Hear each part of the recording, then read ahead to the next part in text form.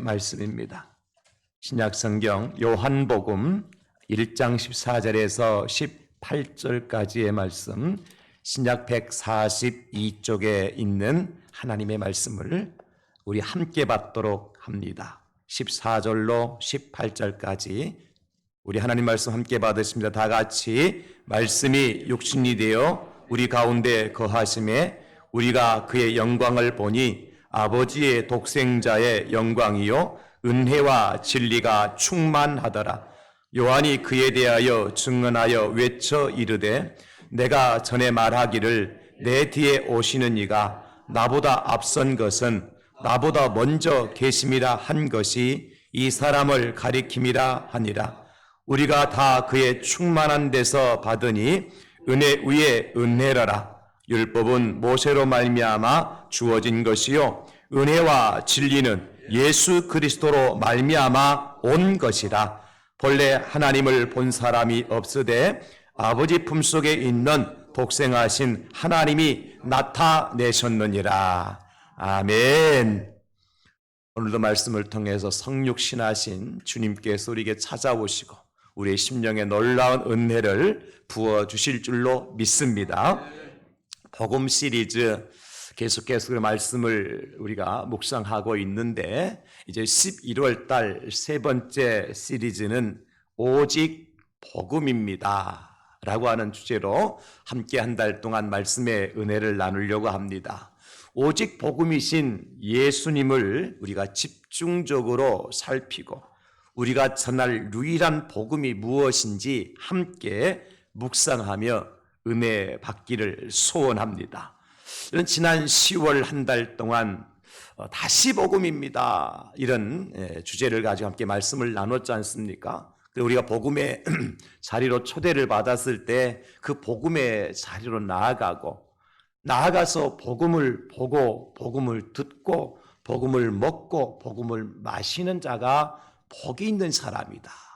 10월 한 달 동안 메시지를 함께 나누었고요. 이제 오늘부터 한 달 동안은 복음을 듣고 보고 먹고 마신 자는 어떻게 해야 되느냐? 그 복음을 전파할 수 있어야 돼요. 내만 보고 내만 듣고 내만 먹고 마시고 나만 살찌는 것이 아니라 보지 못한 자에게, 만나지 못한 자에게, 듣지 못한 자에게, 복음을 먹지 못하고 마시지 못한 자에게 그것을 함께 전할 수 있는 사명을 하나님께서 우리에게 주신 줄로 믿습니다. 그래서 이 복음 전파에 집중을 하면서 말이죠. 그럼 어떤 복음을 전할 것인가? 우리가 과연 오직 복음이라 그러는데 그 복음의 진정한 메시지는 무엇인가? 하나하나 살펴보기를 원합니다. 사실 11월 달은 우리가 잘 아는 것처럼 추수감사절이 있는 그런 달이지 않습니까? 교회적으로 보면 11월 15일 주일이 추수감사 주일이에요. 그래서 미리 저희는 현수막을 앞에 이렇게 부착해 놓았습니다만은 그럼에도 불구하고 지금은 우리가 어떻게 보면 비상시국이니까 절기도 중요하지만 비상시국이니까 어쩔 수 없이 중요한 복음을 말하지 않을 수 없는 상황입니다. 그래서 제가 계속해서 복음의 메시지를 전하고 있는 것입니다.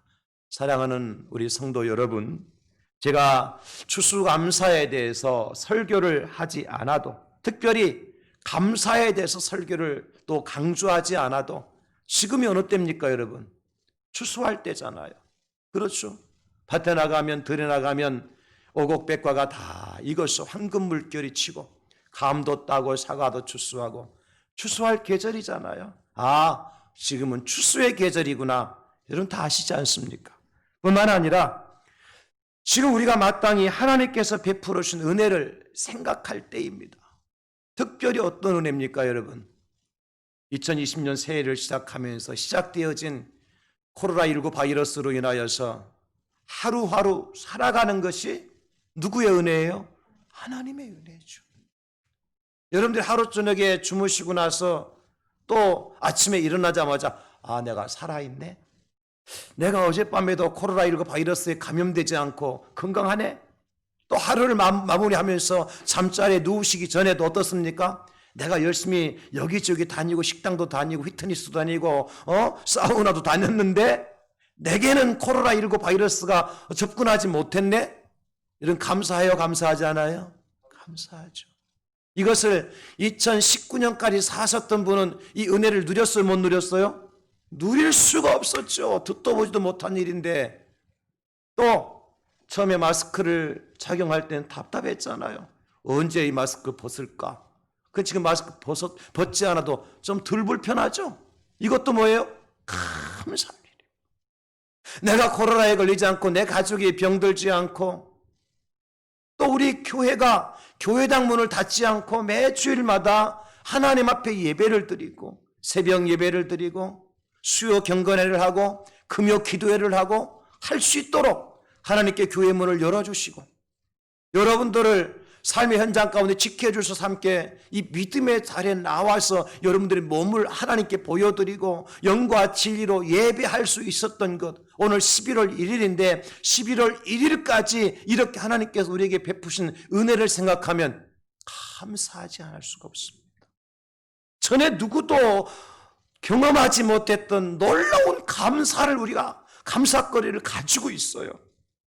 그러니 저는 다른 어떤 해보다도 2020년 추수감사주일은 더 풍성한 잔치가 될 수 있기를, 그리고 더 큰 감사로, 넉넉한 감사로 하나님 앞에 나가는 저와 여러분 될 수 있기를 예수님의 이름으로 축원합니다. 저도 그렇게 하려고 준비하고 있습니다. 2019년보다는 좀 다른 감사를 좀 해야 되겠다. 더 크고 놀랍고 더 풍성하고 더 넉넉한 감사를 하나님 앞에 드렸으면 좋겠다는 마음을 가지고 저도 기도하고 있습니다. 어떻게 하면 될까? 오늘 우리 교회 처음 나오신 분들 오해하지 마시기 바랍니다. 제가 이런 설교는 30년 만에 처음 하는 설교니까 30년 안 됐으니까 앞으로 안 할 거란 그 말입니다. 이번 추수감사주일은 따라서 합시다. 더 큰 감사로, 더 풍성한 감사로, 더 넉넉한 감사로 하나님께 나갑시다. 어떻게 하면 되느냐? 말로 때우지 말고 뭐가 있어야 돼요? 마음이 있어야 돼요. 정성이 있어야 돼요. 그래서 2019년도까지는 어떤 절기 감사도 하지 못했던 분들은 2020년도는 이제 추수감사절은 반드시 감사하십시오. 우리 청년들, 학생들 마찬가지예요. 2020년 추수감사절은요, 여러분의 마음을 하나님 앞에 꼭 보여주십시오. 기존에 감사하시는 분들은 곱하기 2를 한번 해보십시오. 동그라미 하나 더 치라고 제 얘기하지 않겠습니다. 벌써 마음이 부담이 돼서 은혜가 떨어지기 시작했습니다. 그렇게 했으면 좋겠다는 거예요. 왜? 그 받은 바 은혜가 너무 크니까.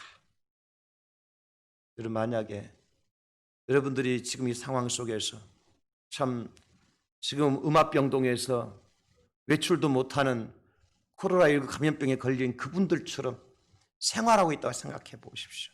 그분들이 죄인이 아니지 않습니까?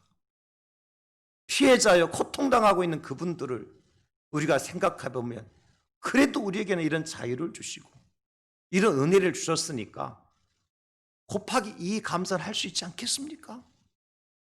할렐루야! 그런 능력과 그런 믿음을 여러분들에게 하나님께서 허락해 주실 줄로 믿습니다. 그런 은혜를 받은 사람으로서 하나님 앞에 감사로 나아가는 11월 한 달이 될 수 있기를 예수님의 이름으로 축원합니다. 그러면 여러분, 누가 이런 감사를 우리에게 허락해 주셨느냐? 누구 때문에 이런 감사를 할 수 있느냐? 우리를 구원하시기 위해서 하늘의 영광의 보좌를 다 버리시고 이 땅에 사람의 몸을 입고 오신 우리 예수님 때문에 가능한 것입니다. 그래서 예수님이 복음입니다. 그래서 예수님이 전부이고 그래서 예수님이 해답입니다. 따라합시다. 예수님이 복음입니다. 예수님이 전부입니다. 예수님이 해답입니다. 여러분, 오늘 설교 제목이 뭐예요? 하나님이 성육신 하셨습니다. 원제는 뭐냐면 하나님 대신 예수님께서 사람의 몸을 입고 이 땅에 오셨음을 전파하라 하십니다. 이게 원제예요. 예. 조금 제가 줄여봤어요. 어떻게 줄였느냐? 성육신 하신 예수님을 전파하라 하십니다. 이것도 좀 길어. 그래서 하나님이 성육신 하셨습니다. 이렇게 줄인 거예요. 설교자는 항상 고민을 많이 합니다. 제목을 정할 때부터요. 어떤 제목으로 성도님들에게 설교를 할까? 제목을 여러 번 고칩니다. 설교 원고 다 완성하고 난 다음에도 마지막에 제목을 고칠 때도 있어요. 왜 제가 이렇게 제목을 고쳤는가 하니까 여러분 가만히 들어보십시오. 성육신하신 예수님을 전파하라. 짧게 할 수 있습니다. 그래 여러분 들을 때 어때요? 되게 기분 나빠요. 전파하든 말든 내 마음대로 하게 놔두지. 하라 말하면 목사님 뭘 거기서 주장을 하느냐고. 그래서 내 귀에 율법적인 설교를 들려. 이거 안 하면 목사님 뭔가 벌 줄 것 같은. 그래서 제가 조금 더 다듬은 거예요. 하나님이 성육신 하셨습니다. 이렇게 설교하는데 저한테 뭐라 할 사람 아무도 없겠죠. 저도 매 안 맞을 구멍을 만들어 놓고 이제 설교하는 거예요. 그러나 결국에는 뭐 하라는 거예요? 하나님이신 예수님께서 사람의 몸을 입고 이 땅에 오셨는데 우리는 그 예수님을, 성육신하신 예수님을 전파하며 살아야 된다. 할렐루야. 이걸 설교하는 거예요. 그러면 여러분, 우리 예수님께서 하나님이라는 사실을 모르신 분 아무도 안 계시죠? 또 그 하나님이신 예수님께서 육신을 가지고 이 땅에 오신 크리스마스 성탄절이 있다는 사실을 모르시는 분 아무도 안 계시죠? 그래서 성탄절 되면, 크리스마스가 되면 예수 믿는 사람이든 안 믿는 사람이든 반짝반짝 불 켜놓고 이제 성탄 캐럴을 부르고 선물을 주고받지 않습니까? 누구 때문에? 예수님 때문이죠? 다 알아요. 또 그분이 우리의 죄를 대신하여 십자가에 달려 죽으신 분이시고 그분이야말로 우리 인생의 참 구주가 되신다 하는 것 어느 정도 우리가 알아요. 근데 문제는 뭐예요? 문제는 그것을 어느 정도 알지만 확실하게 믿지 못하는 게 문제가 되는 거예요. 여러분, 듣고 아는 것으로 끝나는 것이 아니라 우리는 무엇을 해야 돼요? 믿어야 돼요. 할렐루야. 성육신하신 예수님을 내가 믿어야 되고 그분이 나의 구주가 되심을 믿어야 되고 그분이 온 우주 만물을 이제 죽은 자를 살리시기 위해 십자가 달려 돌아가신 메시아라는 사실을 믿는 거예요. 이게 중요한 거예요. 그럼 믿게 되면 어떻게 되죠? 내가 믿는 예수님을 내가 전할 수밖에 없는 거예요. 여러분, 우리가 예수님 전하지 못하는 이유가 한 가지예요. 한 가지. 왜 전하지 않느냐? 사람을 전할 사람을 못 만나서? 기회가 없어서? 아니에요. 안 믿어서 그래요. 확실하게 못 믿기 때문이에요. 여러분, 믿으면 어떻게 안전해요? 자, 신만이는 뭐 하는 사람이냐면 산속에 가서 산삼을 캐는 사람을 신만이라 그래요. 이 신만이가 배낭을 메고 이제 호미 하나 들고 산에 올라가서 넘어지고 쓰러지면서 말이죠. 가스에 핥히고 발에 물집이 생기면서도 그 험한 산을 오르내리죠. 그러다가 무엇을 보았어요? 그 하는 말이 뭐냐? 신받다! 이러는 거예요. 제가 그것을 보면서 저 양반 정신이 약간 이상하나? 아니, 신받으면 산삼을 발견했으면 조용 해놓고 막 해가지고 자기 혼자 싹 하고 배낭에 싹 와가지고 팔아먹어야지. 신받다! 뭐 어떻게 소문내면 어떡해? 막 달려가고 뺏어가면 어떡하려고? 그런데 그분들이 그렇게 하는 이유가 뭐예요? 내가 이것을 발견한 이 산삼은 나의 것이다. It's mine. 나의 것이다. 그걸 선포하는 거예요. 그러니까 많은 사람들 앞에서 듣든지 아니 듣든지 신받다 외치는 거죠. 이것은 내가 발견한 것이고 나의 것이다. 여러분, 예수님이 성육신하신 하나님이시고 그분이 우리를 구원하시 십자가 달려 돌아가신 분이시고 그분이 우리를 구원하신 메시아라는 사실을 믿으면 우리가 어떻게 입 다물고 있으면 돼야 안 돼요? 안 되는 거예요. 어떻게 해야 돼요? 신받다 대신에 예수님이 성육신 하셨습니다. 예수가 그리스도이십니다. 예수가 우리의 구세주이십니다. 하고 정확하게 외치고 확인할 수 있어야 돼요. 그럴 때 그것이 누구 거야 돼요? 내 것이 될 거. 할렐루야. 여러분들이 전파하지 않고 외치지 않으면 여러분 거 될 수 없어요. 그러나 내 입술로 증거하고 전파한 것은 나의 것이 될 수가 있다는 것입니다. 그래서 우리의 믿음을 한번 점검해 봐야 돼요. 나는 과연 예수를 믿는 사람인가? 내가 믿는 예수님은 어떤 분이신가? 나는 그것을 사실로 믿어지고 있는가? 목사님이 그렇다 그러니까 그런 개벼 이 정도로 끝나는 건 아니죠. 그죠? 그렇게 끝나서는 안 됩니다. 우리가 이 사실을 믿는다면 저는 그렇게 믿습니다. 예수님이 하나님이신데 사람의 몸으로 이 땅에 오셨어요. 무엇을 위해서? 나를 구원하시기 위해서. 하늘의 영광 보좌를 다 버리시고 낮고 천한 인생의 몸으로 이 땅에 오신 분이 예수님이셔요. 누구를 위해서? 그 낮고 천한 인생인 나를 위해서, 비천한 나를 위해서, 버러지와 같은 나를 위해서, 타담한 부적갱이와 같은 나를 위해서, 그저 꺾어진 갈대와 같은 나를 위해서 하나님이신 예수님께서 그 영광의 자리를 다 내려놓으시고 그 천한 모습으로, 비천한 모습으로 이 땅에 내려오셨다. 이 사실을 믿으면요, 어떻게 우리의 신앙과 코로나19 바이러스와 바꿀 수 있겠습니까? 여러분 바꿔집니까 그게? 어떻게 우리의 믿음과 세상에서 생기는 푼돈 몇 푼과 우리의 믿음을 바꿀 수가 있습니까? 어떻게 세상 사람들이 그렇게 부러워하는 그 한 자리와 나의 신앙의 양심과 딜을 할 수가 있는 말이요? 그럴 수 없습니다.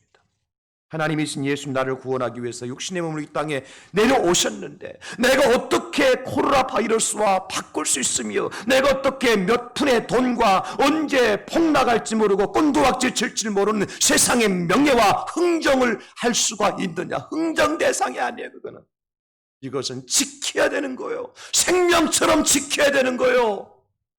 무엇을? 믿음을, 신앙을, 내 양심을 말입니다. 여러분, 세상에 돈 몇 푼 안 되는 것과 내 양심을 바꾸려고 흥정하지 마시기 바랍니다. 언제 곤두박질 칠지 모르는 세상의 명예 때문에 내 신앙과 어떻게 한번 해보려고 흥정, 딜하지 마시기 바랍니다. 그 온전한 믿음의 사람의 모습이 아닌 것입니다.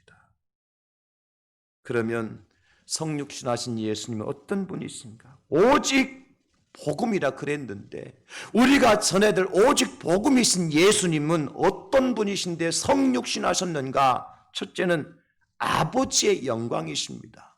따라서 합시다. 성육신하신 예수님은 아버지의 영광이십니다. 비록 사람의 몸으로 이 땅에 오신 예수님이시지만 그분에게는 뭐가 있어요? 하나님 아버지의 영광을 가지고 이 땅에 오셨습니다.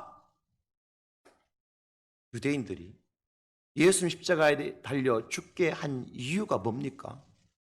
예수님이 나신 곳이 베들레헴이에요. 자라신 곳은 나사렛이에요. 유대인들이 볼 때 예수님의 아버지는 목수 요셉이에요.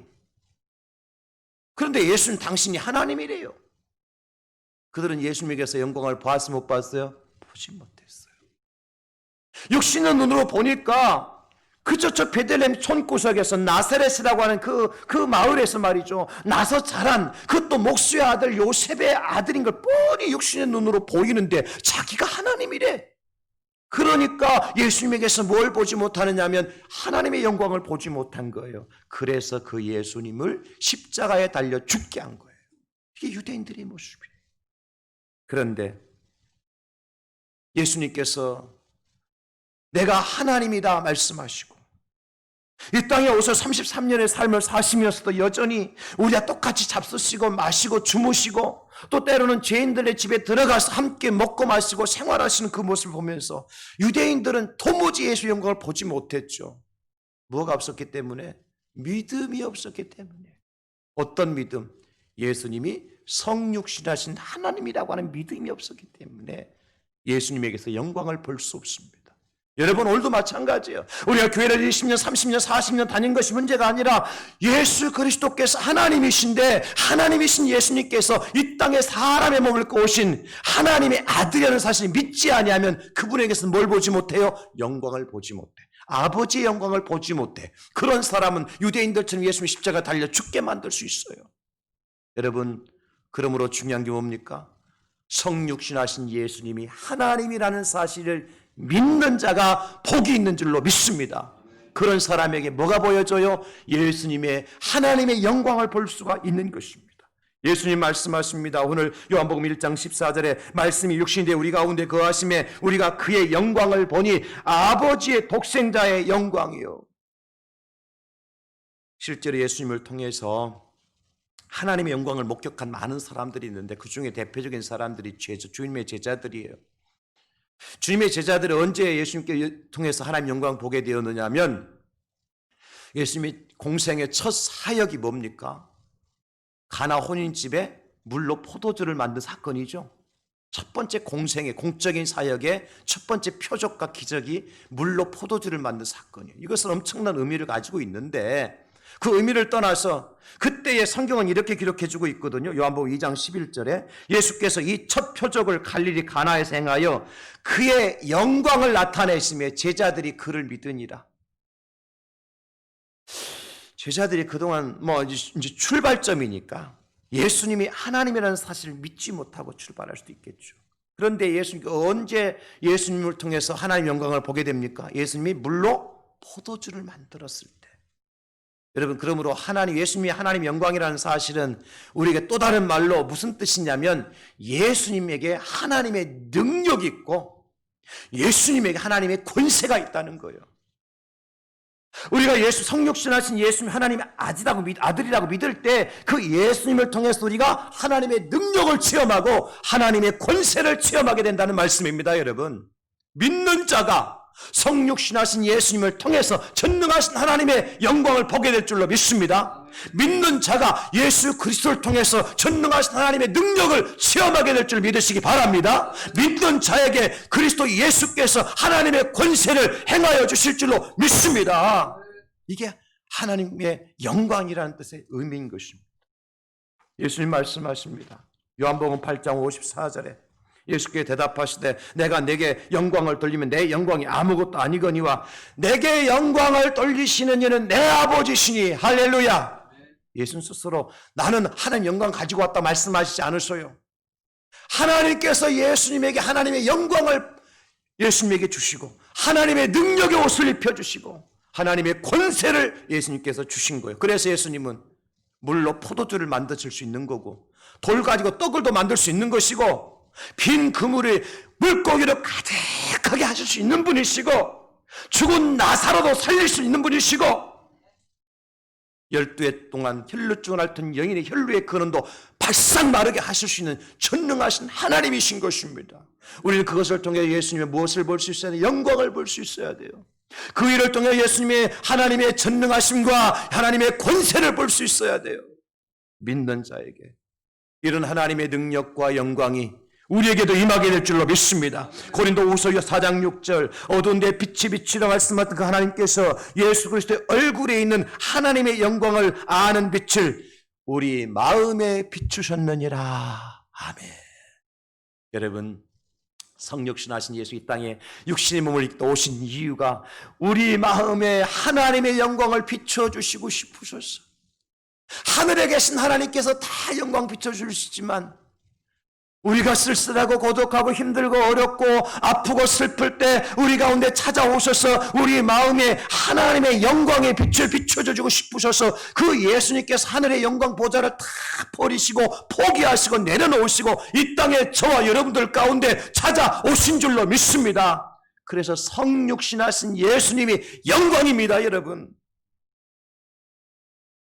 요한복음 5장 19절 21절 그러므로 예수께서 그들에게 이르시되 내가 진실로 진실로 너희에게 이르노니 아들이 아버지께서 하시는 일을 보지 않고는 아무것도 스스로 할 수 없나니 아버지께서 행하시는 그것을 아들도 그와 같이 행하느니라.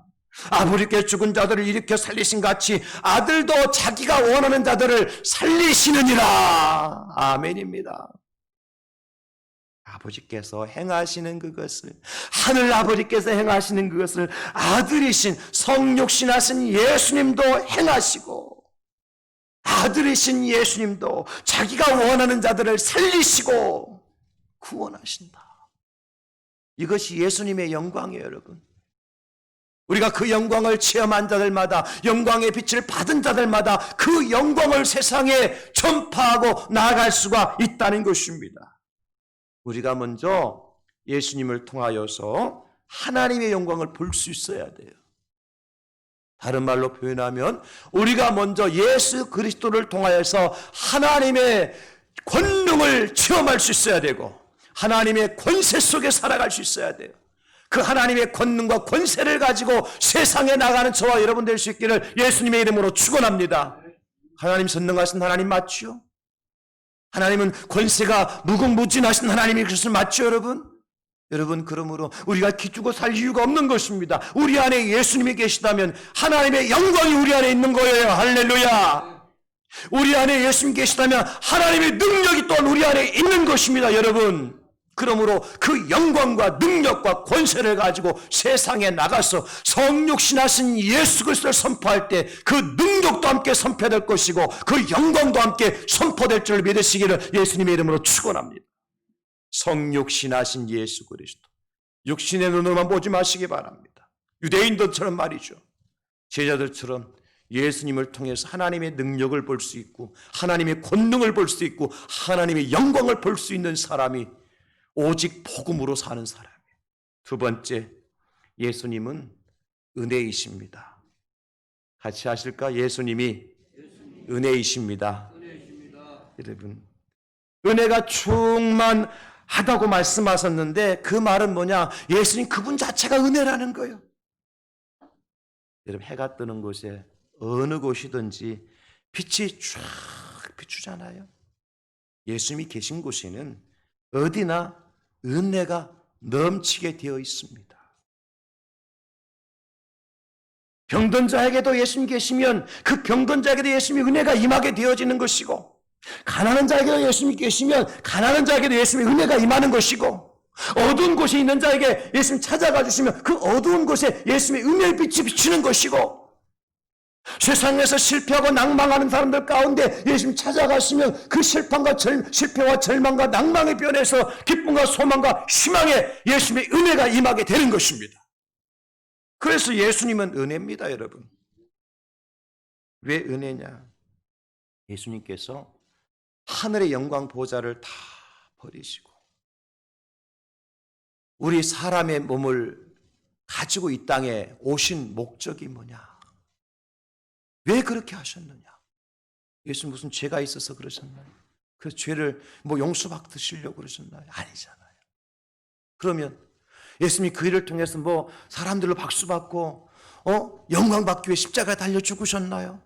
영광 박수는 그만두고 사람들이 비난하고 예수님이 경멸하고 침뱉고 뺨을 때리고 그 길을 걸어가셨어요. 예수님 누구이신데? 하나님이신데. 예수님 어떤 분이신데? 하늘의 영광 보좌에 앉으셨던 분이신데 그분이 이 땅에 사람의 몸으로 성육신하여서 오신 목적이 뭐예요? 이유가 뭐예요? 이사야 선지자는 분명하게 우리에게 가르쳐 줍니다. 이사야 53장 5절입니다. 그가 찔림은, 예수님의 찔리심은 우리의 허물 때문이요, 그가 상함은, 예수님이 상하게 되신 것은 우리의 죄악 때문이라. 그가 징계를 받음으로 우리는 평화를 누리고 그가 채찍에 맞음으로 우리는 나음을 받았도다. 예수님이 이 땅에 오신 것은 죄인된 바로 저와 여러분들 때문이고, 예수님이 이 땅에 오셔서 고난 당하신 것도 바로 죄로 인해 죽어 영원한 지옥불에 떨어질 우리를 살리시기 위해서, 우리를 구원하시기 위해서, 우리를 생명의 자리를 인도하시고 싶으셔서 우리를 지옥이 아니라 천국으로 이사시키시려고 예수님이 사람의 몸을 입고 이 땅에 오셨다. 여러분, 그러니 성육신은 예수님의 은혜를 대표하는 거예요. 그래서 우리는 성육신 하신 예수님은 우리의 은혜다. 그렇게 고백할 수밖에 없는 것입니다. 로마서 3장 24절 그리스도 예수 안에 있는 성령으로 말미암아 하나님의 은혜로 값없이 의롭다 하심을 얻은 자 되었느니라. 누가요? 저와 여러분들이. 우리가 의롭다 되어진 것은 우리의 어떤 행위로가 아니라 하나님의 은혜로 값없이 의롭다 여김을 받았다. 그러니 우리가 받은 구원에 대해서 우리 스스로에게 무슨 자랑할 것이 있습니까, 여러분? 내가 열심히 했기 때문에, 내가 착한 일을 하고 도덕적 윤리적으로 깨끗하고 의롭기 때문에 우리가 구원을 받았습니까? 내가 봉사활동을 좀 더 하고 구제를 더 했기 때문에, 헌금을 더 많이 했기 때문에 여러분 내가 구원을 받았고 의롭게 되었습니까? 그걸 자랑하시겠습니까? 여러분, 내가 그 자랑할 거라도 가지고 있긴 있어야 돼요.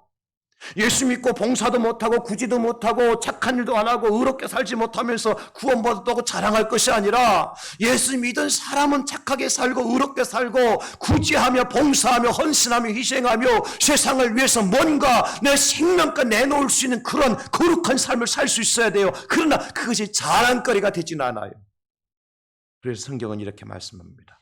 로마 3장 27절에 그런즉 자랑할 데가 어디 있느냐? 있을 수가 없느니라. 자랑할 아무것도 없다. 왜요? 오직 믿음으로 우리가 구원받았기 때문에 하나님의 은혜만 자랑할 뿐이다. 나의 나 된 것은 오직 하나님의 은혜로 된 것입니다. 내가 먹고 마시고 자고 깨고 걷고 뛰고 예배하고 사는 그 모든 것이 다 하나님의 은혜로 된 것이다. 우리가 예배 중에 찬송했잖아요. 은혜 아니면 살아갈 수가 없다고. 여러분, 그 누구가 하나님의 은혜 없이 이 땅에서 살아 존재할 만한 인생이 누가 있습니까? 아무도 없습니다. 주님의 은혜로만 우리가 살아갈 수가 있는 것입니다. 내 주의 은혜 강가로 저 십자가의 강가로 내 주의 사랑 있는 곳 내 주의 강가로 가란 나의 영혼을 생수로 가득 채우소서. 피곤한 내 영혼 위에 내 주의 은혜 강가로 저 십자가의 강가로 내 주의 사랑 있는 곳 내 주의 강가로 주님의 은혜의 강가 그 십자가의 강가 우리가 그 강가에 가서 주의 은혜의 강물을 마시며 그 주님의 십자가의 사랑을 먹고 마실 때 우리가 이 땅에서 성육신하신 주님의 영광의 삶을 살아가게 될 줄로 믿습니다. 모든 것이 은혜입니다. 구원도 은혜요. 천국도 은혜요. 생명도 은혜요. 영원하신 주님의 은혜로 사는 것입니다. 그래서 성육신하신 예수님이 계시기 때문에 이런 은혜를 누릴 수 있게 되었으니까 예수님이 은혜인 것만은 분명합니다. 마지막 세 번째, 예수님이 진리라고 말씀하십니다. 따라합시다. 예수님이 진리이십니다. 예수님만이 진리이십니다. 진리가 충만하다고 오늘 본문에 말씀하고 있잖아요. 이 충만하다고 하는 말 역시 예수님 그분 자신이 진리라는 거예요. 요한복음 14장 6절 예수께서 이르시되 내가 곧 길이요 진리요 생명이니 나로 말미암지 않고는 아버지께로 올 자가 없느니라. 길이요 진리요 생명이신 예수 그리스도. 그럼 우리가 예수님 외에 다른 길로 갈 수 있단 말입니까? 예수 외에 또 다른 진리가 있다는 말씀입니까? 예수 없이 생명이 있다는 말씀입니까? 요한복음 14장 6절에 보면 절대로 그런 일이 없다는 거요. 예수님 외에는 길이 없고 예수님 외에는 진리가 없고 예수님 외에는 생명이 없다. 이것을 우리에게 말씀해 주고 있는 것입니다. 여러분, 진리의 반대는 뭐라고 말할 수 있죠? 거짓이라고 말할 수 있어요. 그런데 여러분, 세상에 존재하는 모든 것들 안에는 거짓의 요인이 되는 죄라고 하는 것이 다 숨겨져 있어요. 예수님 외에 여기 서 있는 장 목사부터도 시작해서 내 마음속에는요, 죄라고 하는 것이 숨겨져 있어요. 제가 의인이 아닙니다, 여러분. 여러분 앞에 서류할 때는 거룩하게 보이고 의롭게 보이고 선하게 보이지만 저도 별 볼 일 없는 죄인 중에 괴수입니다. 왜요? 제 안에도 죄라고 하는 거짓을 만들어가는 죄가 제 안에 머물고 있기 때문입니다. 저는 1년 360일 한 번도 거짓말 안 하고 사는 것 같아요? 그렇지 않습니다. 여러분, 그렇게 믿어주니까 너무 고맙고 감사할 뿐이지. 저도 배 안 고프면서 배고프다고 얘기할 때 있고, 배 부르면서도 배고프다고 얘기할 때도 있고, 밥 안 먹어서 먹었다고 얘기할 때도 있고, 시간 바쁘지 않으면 바쁘다고 얘기할 때도 있는 것입니다. 다 거짓말 아닙니까, 여러분? 선한 거짓말이든 악한 거짓말이든 무슨 거짓말이 선한 거 의한 거 있습니까? 거짓말은 거짓말이지. 따라서 거짓말은 거짓말이다. 성경에 나오는 말씀이라 제가 한 명언입니다. 내년도 아마 초등학교 1학년 사회 교과서 나올지도 모르겠습니다. 교육부 장관 바뀌면. 무슨 얘기냐면 세상에서 유일하게 거짓이 없으신 분이 단 한 분 계시는데 그분이 바로 예수 그리스도다. 따라합시다. 우리 예수님에게는 거짓이 없습니다. 그래서 예수님이 진리라는 거예요. 사무엘상 15장 29절 이스라엘 지존자는 거짓이나 변개함이 없으시니 그는 사람이 아니심으로 결코 변개하지 않으심이니이다 하니. 요한일서 2장 27절에도 너희는 주께 받은 바 기름 부음이 너희 안에 거하나니 아무도 너희를 가르칠 필요가 없고 오직 그의 기름 부음이 모든 것을 너희에게 가르치며 또 참되고 거짓이 없으니 너희를 가르치신 그대로 주 안에 거하라. 세상의 모든 것은 변합니다, 여러분. 우리 사람의 나이도 변해요. 여러분 평생 28살의 아이 있을 것 같아요? 변하들 아닙니까?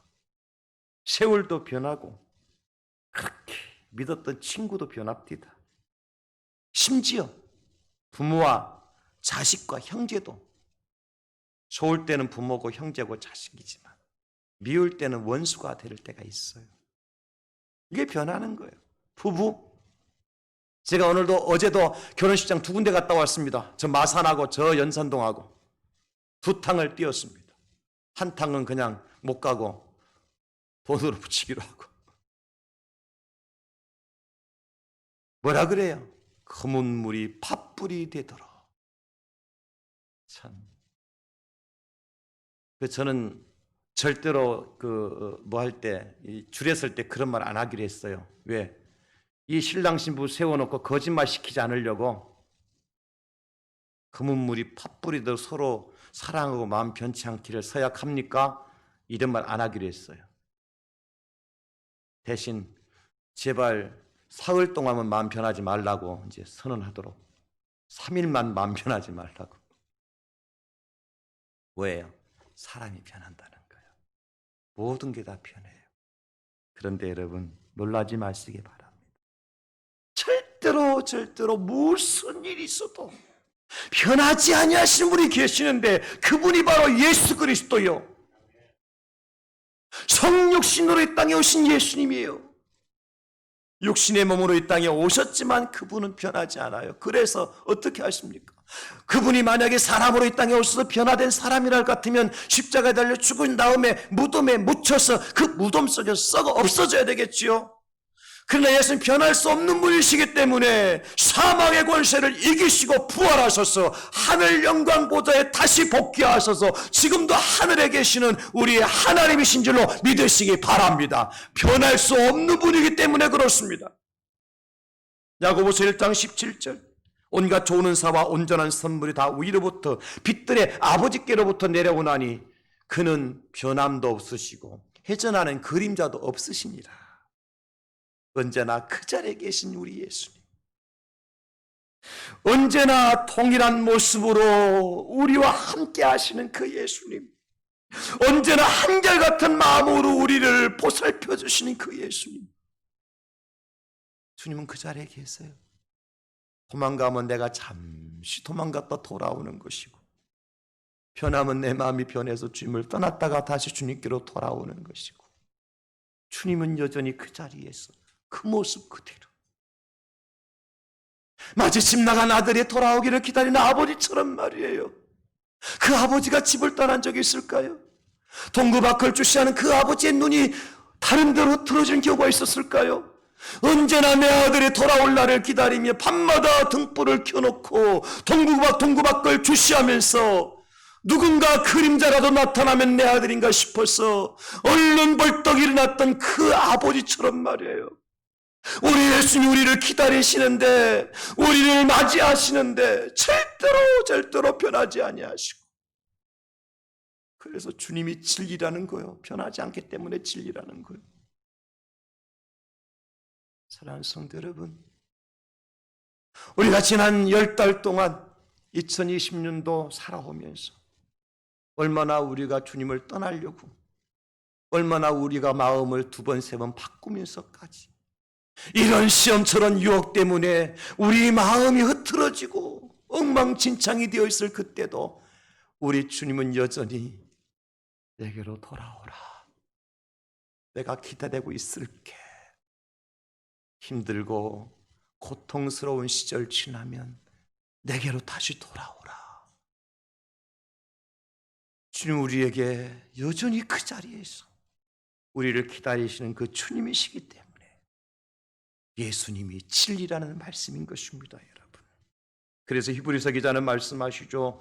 히브리 13장 8절에 예수 그리스도는 어제나 오늘이나 영원토록 동일하시니라. forever and ever, 영원히 동일하신 하나이신 우리 주님. 주님 뭐라고 말씀하시느냐면, 예수님께 나가서 내 형제를 내가 몇 번이나 용서해 줄까요? 묻는 제자에게 예수 뭐라고 말씀하시죠? 70번씩 7번이라도 할지니라. 이거 어떻게 하라는 거예요? 영원히. 이 말씀은 얘들아, 내가 너희를 한두 번 용서해 준 게 아니잖아. 네가 나한테 잘못하고 나한테 용서받은 짓을 한두 번 한 것도 아니잖아. 그러나 여전히 너는 그 자리에 있잖아. 누구 때문에? 내가 너를 용서해 준 것처럼 너희들을 용서해 주면 안 되겠니? 내 사랑이 변하지 않고 내 용서가 영원한 것처럼, 그런 뜻 아니겠습니까, 여러분? 이스라엘 백성 40년 동안 그 광야길을 걸어갈 때에 하나님 어떻게 하셨습니까? 예수님 어떻게 하셨습니까? 낮에는 구름 기둥이 되어져서 그 백성들과 함께 하셨고, 밤에는 불기둥이 되어 그 백성들과 함께 하셨고, 여러분 그 말씀의 뜻을 생각해 보십시오. 구름 기둥이 되어서 낮에 해를 가려주신 예수님, 그러면 그 해를 누가 맡고 계신 거예요? 예수님이 그 햇살을 받고 계시는 거고, 밤의 추위를 막아주시기 위해서 구름 기둥에서 그 백성들과 함께 했다는 것은 밤의 추위를 누가 감당하셨다는 거예요? 예수님이 감당하셨다는 것이고, 할렐루야! 그저 하나님이시기 때문에 구름이 되어서 불기둥에서 계신 것이 아니라 그 낮에 뜨거운 햇살을 주님이 다 감당하시고, 그 밤에 추운 그 밤에 밤을 주무시지 않냐고 졸지도 아니하시면서 구름 기둥이 되어서 그 백성들을 보호해 주신 주님, 그분이 진리가 아닙니까, 여러분? 40년 동안 하늘에서 만나와 메추라기를 내려주셔요. 안식일을 제외한 모든 날마다 매일같이 하늘문을 여시고 이스라엘 백성들에게 일용할 양식을 주신 분이 누굽니까? 하나님 아니십니까? 마음이 변하셨더라면 어떻게 하루도 걸르지 않고 그렇게 주실 수 있었을까요? 그분은 변개치 아니하시고 해산하는 그림자도 없으시고 그분은 진리이시기 때문에 가능한 거예요. 그래서 요한계시록 3장 14절 라오디가 교회 사자에게 편지하라. 아멘이시요 충성되고 참된 증인이시요. 누가요? 예수 그리스도가 아멘이요 우리의 충성이시고 우리의 참된 증인이신데 하나님의 창조의 근본이신 예수 그리스도. 사랑하는 성도 여러분, 예수님이 성육신 하셨기 때문에 그 진리이신 예수 우리가 만나게 됐잖아요. 진리이신 예수 우리에게 하나님의 은혜를 부어주셨잖아요. 진리이신 예수님 그 하나님의 영광을 우리에게 나타내 보여주셨잖아요. 무엇을 통해서 가능한 거예요? 성육신 하심을 통해서 가능한 것이다. 그래서 하나님이 성육신 하셨어요. 저와 여러분들이 이제 11월 한 달 동안은 성육신 하신 하나님이신 예수님을 여러분 증거하고 자랑하고 전하며 살아갈 수 있기를 바랍니다. 그럴 때에 하나님의 영광이 우리 마음에 가득하게 될 거예요. 그럴 때 예수님의 은혜로 충만하게 될 겁니다. 그럴 때 진리이신 예수님이 우리를 생명 가운데로 인도해 주실 줄로 믿습니다. 이 시간 다 같이 눈을 감고 주신 하나님 말씀